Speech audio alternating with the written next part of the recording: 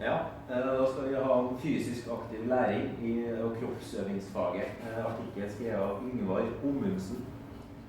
I innledningen til artikkelen som Ommundsen har skrevet, så presenteres det to ulike retninger eller spor for fysisk aktiv læring og hva det kan være. Spor 1 det omhandler faget sitt instrumentelle rolle som bidragsyter til kognitiv læring. Primært gjennom fag som norsk, matematikk, engelsk osv. Spor 2 det omhandler faget sin allmenndannende verdi. I introen til spor 1 så ser vi først på begrepet fysisk aktiv læring. Det signaliserer en betraktning av aktivitet som en nøkkel til barn og unges kognitive læring. Sånn her læring det foregår ikke bare med hodet, men også gjennom bruk av kroppen.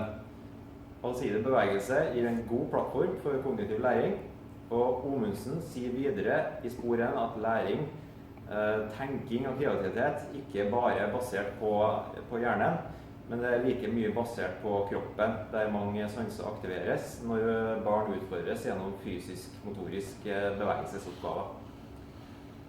Ommundsen han tar utgangspunkt i Jean Piaget, som sier at det var et nært samspill mellom persepsjon, motorikk og nettopp kognisjon. Piaget han definerte den første fasen i et barns utvikling som den sansemotoriske fasen, og vurderte den til å være grunnlaget for kognitive ferdigheter senere i livet. Han fokuserte derimot mindre på betydningen av kroppslig aktivitet i senere stadier, og kroppen ble da glemt som en betydningsfull faktor for kognitiv læring når et barn ble gamlere. Og hodet ble på en måte omdreiningspunktet for hvordan kognitiv læring skjer. Dette var et såkalt snevert syn på læring, og dagens skole er i stor grad preget av dette, ifølge forfatteren av artikkelen. Det er stor utbredelse av stillesittende læringsaktiviteter og metoder, mens bruk av kroppen på en didaktisk måte det vies det mindre tid til i læringsarbeid. Fokus på teoretisk og stillesittende læring det kommer også klart fram i Kunnskapsløftet anno 2011, som bruker begrepet grunnleggende ferdigheter, som da innebærer å lese og skrive, regne, bruke digitale verktøy og uttrykke seg muntlig.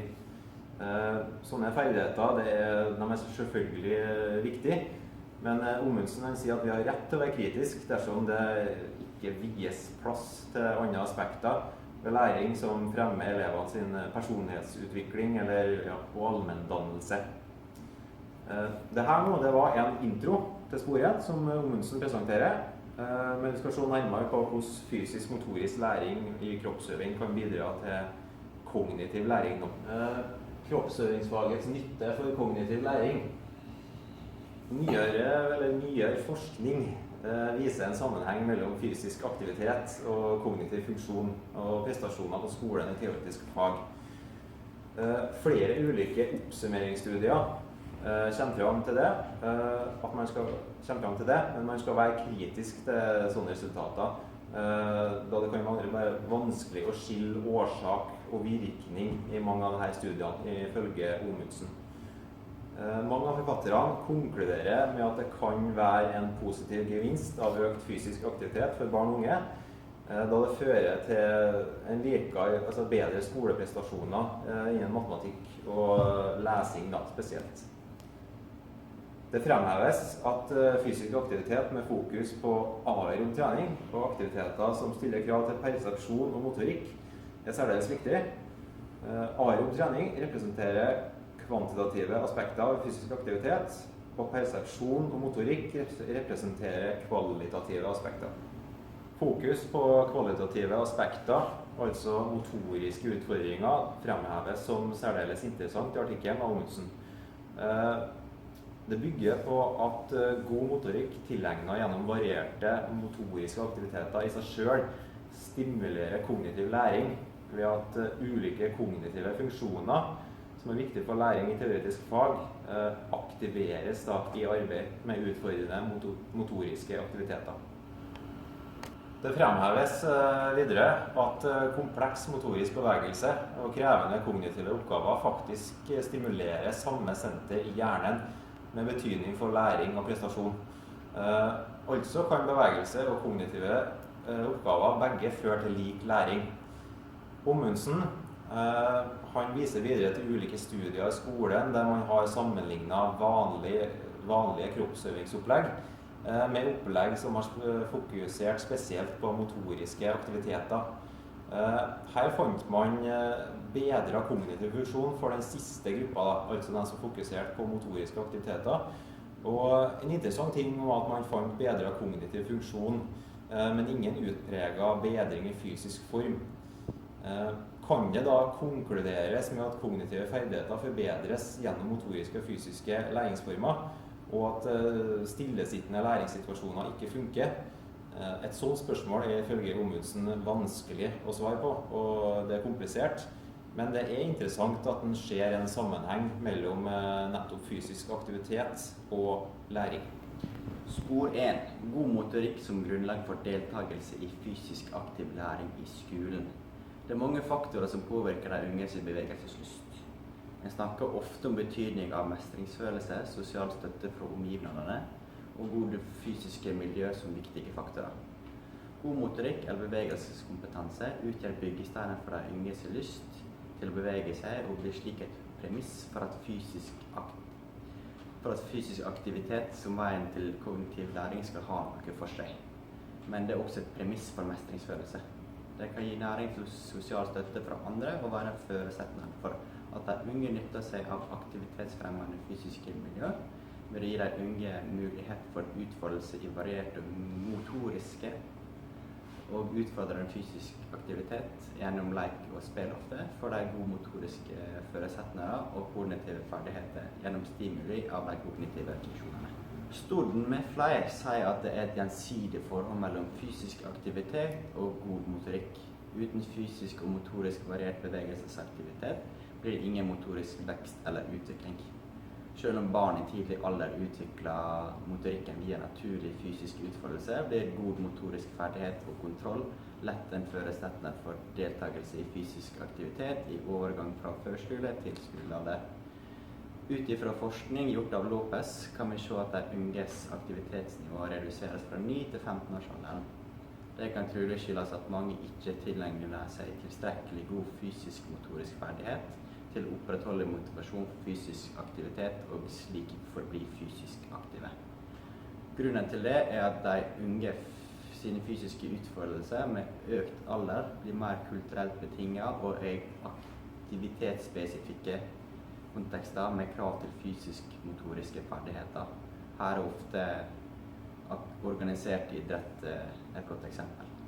Forskning viser at motoriske ferdigheter og god bevegelseskompetanse i vid forstand et viktig grunnlagskapital for fysisk aktivitet utenfor skole også. Ut ifra dette kan vi se at sviktende motorikk kan bidra til redusert fysisk form, bevirke fysisk passivitet og hindre deltakelse i fysisk aktive læringsformer i både skole og fritid. I verste tilfelle kan dårlig motorikk føre til sosial eksklusjon og dermed redusere læringsutbytte av fysisk aktiv læring, sier Ommundsen. En oppsummering av spor 1 at barn med dårlige motoriske ferdigheter har svake odds for å delta i fysisk aktiv læring i skolen i ulike fag iscenesatt for å fremme kognitive ferdigheter. Ikke vil de kunne delta med samme intensitet og varighet som er nødvendig for å oppnå kognitive gevinster, men vil også ha vansker med å gjennomføre motoriske komplekse bevegelser. Spor 2. Intro. Spor 1 reflekterte et nytteperspektiv på fysisk aktiv læring i skolen, men om det blir hovedsporet kan det føre til en avsporing vedrørende skolens allmenndannende funksjon. I forbindelse med legitimering av kroppsøvingsfaget i skolen diskuterte engelske filosofer i 1970-åra om hva som burde telles som kunnskap med verdi for skolen, og slik da forsvare en plass på skolens timeplan. Hirsch og Peters hadde en klar oppfatning om at kun intellektuell kognitiv kunnskap hadde danningsverdi og dermed var legitimt inn i skolens læreplan. De vurderte praktiske, kroppslige ferdigheter til å være uten verdi i et dannings- og utdanningsperspektiv, og og derfor noe skolen ikke burde bry seg om. De møtte motstand av RID, og flere har i senere tid levert bidrag der en ser helt annerledes på det å anerkjenne kroppslige ferdigheter, i form av god motorikk og allmenn bevegelseskompetanse som viktige sider ved unges utdanning og opplæring i skolen. Kroppslig, fysisk, motorisk læring blir noe mer utover funksjonen som et pedagogisk-didaktisk anliggende med sikte på å styrke elevene sin intellektuelle ferdigheter eller kognitive egenskaper. Fysisk-motorisk ferdighet, danning og egenverdi. Ifølge Merleau-Ponty utgjør motoriske ferdigheter en praktisk form for kunnskap som er dannet i kraft av at den er avgjørende for barnets selvforståelse og interaksjon med omverdenen. Via variert motorisk stimulering og kroppslige erfaringer utvikler barn og unge bevissthet og et følelsesregister om seg selv i relasjon til sin egen kropp og omverdenen. Fysisk-motorisk ferdighet representerer slik en viktig dimensjon ved barn og unges personlighetsutvikling. Gibson sier at barn og unge må utfordres gjennom varierte og grunnleggende og mer aktivitetsspesifikke bevegelsesformer i tid, rom og ulike fysiske kontekster. Økologiske perspektiv på motorisk læring underbygger dessuten at elever ikke alene tilegner seg økt bevegelseskvalitet gjennom enbodingsprosess. Utvikling av motorikk og god bevegelseskompetanse i vid forstand er miljøavhengig, med utstyr, landskap som utfordrer ulike bevegelseskvaliteter, samt pedagogisk tilbakemelding som viktige forutsetninger for motorisk læring. Kun gjennom tilrettelagte meningsskapende læringsprosesser i et motorisk, fysisk og psykososialt læringsfremmende miljø blir elevenes motivasjon ivaretatt, og de utvikler kroppslige grunnkapital som er i stand til å bruke den i hverdag og i fritidslivet på en god måte. Peter Arnold hevder at læring i bevegelse bør være kroppsøvingsfagets primære legitimering og funksjon, selv om dimensjonen i, om og gjennom er gjensidig relatert. Ifølge Arnold utgjør bevegelseslæring, bevegelsesferdighet, forstått som praktisk kroppslig læring og bevissthet i vid forstand, fagets kjerne. Bevegelseslæring, bevisstgjøring og selvrefleksjon kan skapes ved bevegelsesutøvelse. Det burde representeres fagets egenverdi og allmenndannende komponent. Det rent fenomenologiske ved bevegelsen, følelsen at den er bevegelse og gjør bevegelser, og refleksjon omkring dette blir sett på som et aspekt ved egenverdi ifølge Larsson og Kynnerstedt. Det innebærer for eksempel at motorisk testing av elevene inviterer til et instrumentelt perspektiv på det å bevege seg, og vil kunne undergrave den opplevelsesmessige egenverdien ved å kjenne på og reflektere over det å være i bevegelse på ulike vis. I den forbindelse foreligger det bekymringsfulle funn som viser at utdanningen av norske kroppsøvingslærere i stor grad skulerer lærerstudentene innenfor tradisjonelle idretter og teknikker, samt testing av slike som grunnlag for evaluering i faget. Undersøkelser tyder på at de i liten utstrekning skuleres til å anvende arbeidsmåter som fremmer kroppslig bevissthet og selvrefleksjon blant elevene i ulike bevegelsessituasjoner i kroppsøvingsundervisninga, sier Modal Moen. I gjennomgangen av spor 1 peker Omundsen på kroppsøvingsfagets rolle som redskapsfag med formål om å ivareta læring, de grunnleggende ferdighetene lese, skrive, regne og så videre. Gjennomgangen av egenverdi og danningsaspektet i spor 2 gir grunnlag for diskusjon om kroppsøvingsfagets anseelse og plass i skolen all den tid kroppslig danning i form av motorisk ferdighet eller bevegelseskompetanse per i dag ikke omfattes av de grunnleggende ferdigheter. Omundsen skriver at kroppsøvingsfaget skal bidra til å legge til rette for at elevene utvikler regneferdigheter, ved blant annet kunne måle lengder, tider og krefter. Å forstå tall er nødvendig når en skal planlegge og gjennomføre treningsarbeid. Læring om bevegelse i form av teoretisk kunnskap, f.eks. kinesiologi eller bevegelseslære, er selvsagt viktig for å bedre å forstå prinsipper som for fysisk-motorisk læring. Omundsen sier at skolen vil kunne styrke elevenes kognitive læring og funksjon gjennom å ta i bruk fysisk aktive læringsformer i alle fag.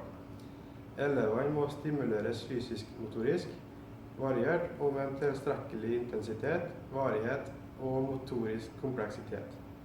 Det er flere tegn på at elevens fysisk-motoriske ferdigheter er svakere enn før, noe som dermed setter dem i dårligere stand til å delta fysisk i aktivitet og dra nytte av komplekse motoriske aktiviteter, med tanke på stimulans av kognitive ferdigheter og funksjon. Kroppsøvingsfaget har en sentral rolle med hensyn til å utfordre elevene på fysisk-motorisk bredt spekter av aktiviteter. Slik vil de sikre at flest mulig blir kompetent med hensyn til bevegelse. Det setter dem i stand til å ta del i og ha gevinst av fysisk aktive læringsformer i ulike fag. Det er viktig at man gjennom kursing og utdanning av lærere bevisstgjør dem om den muligheten som ligger i anvendelse av fysisk aktive læringsformer, både som ledd i elevenes kognitive læring og funksjon i skolen, og for å bidra til fysisk-motoriske sider ved elevens allmenndanning. Lærerstudenter innenfor kroppsøving og innenfor allmennlærerutdanninger må begge få opplæring slik at de blir i stand til både å se nytteverdiaspektet og danningspotensialet som ligger nedfelt i aktiviteter med et bredt spekter av fysisk-motorisk stimulans. Omundsen stiller spørsmålet: hva med behovet for økt timetall? Han svarer at det selvsagt vil være en fordel å oppnå styrket timetall for faget kroppsøving med sikte på å ivareta mål om fysisk aktiv læring. Han viser til en langtidsstudie gjort av Eriksson og Karlsson i 2012, at ved kroppsøving 5 dager per uke forsterkes elevenes motoriske ferdigheter langt mer enn hva som er tilfellet om eleven kun har 2 timer per uke. Selv om reell undervisningstid ikke direkte sammenlignbart mellom kroppsøvingsfaget og andre fag, har kroppsøvingsfaget i dag et timetall på 706 timer for hele den 10-årige grunnskolen. Det er at faget i antall timer er det 3. største faget i skolen, rett etter norsk og matematikk. Når vi skal konkludere, så er motorisk læring, eller bevegelseskompetanse, basert på motorisk koordinativt utfordrende aktivitetsoppgaver som samtidig er tilrettelagt med arbeidsmåter som utvikler kroppsbevissthet og selvrefleksjon, synes viktig for å stimulere elevens kognitive kompetanse, ferdighet og funksjon i skolen. Men enda viktigere, nettopp slik motorisk læring eller bevegelseskompetanse, bevissthet og selvrefleksjon utgjør samtidig kjernen i de kroppslige sidene i de unges allmenndanning og personlighetsutvikling i skolen. Å lære med kropp og hode må ses på som 2 sider av samme sak: kroppslig danning, uttrykt som kroppslig bevissthet, selvrefleksjon og evne til å beherske fysisk-motoriske aktiviteter i forstand, har både en instrumentell verdi for kognitive læringsformer og en egenverdi som en del av elevens allmenndanning. Fysisk aktiv læring utgjør legitimeringsgrunnlaget for faget kroppsøving i skolen. Faget, forstått som fysisk aktiv læring, med vekt på tilegnelse av fysisk-motorisk ferdighet og bevegelseskompetanse, forsvarer en plass på timeplanen i kraft av seg selv som fag. Mye tyder på at kroppsøving etter Kunnskapsløftets innføring av resultat fra PISA-undersøkelsen har måttet slåss langt mer enn før for å få den oppmerksomheten og plass til fortjener i et allmenndannende skoleverk. Utviklingen tyder på at faget får mindre oppmerksomhet blant skoleledere, foreldre og lærere i en tid da disse gruppene er mer opptatt av at elevene når læringsmåler i språk, matte osv. for å få gode resultater på PISA-testene.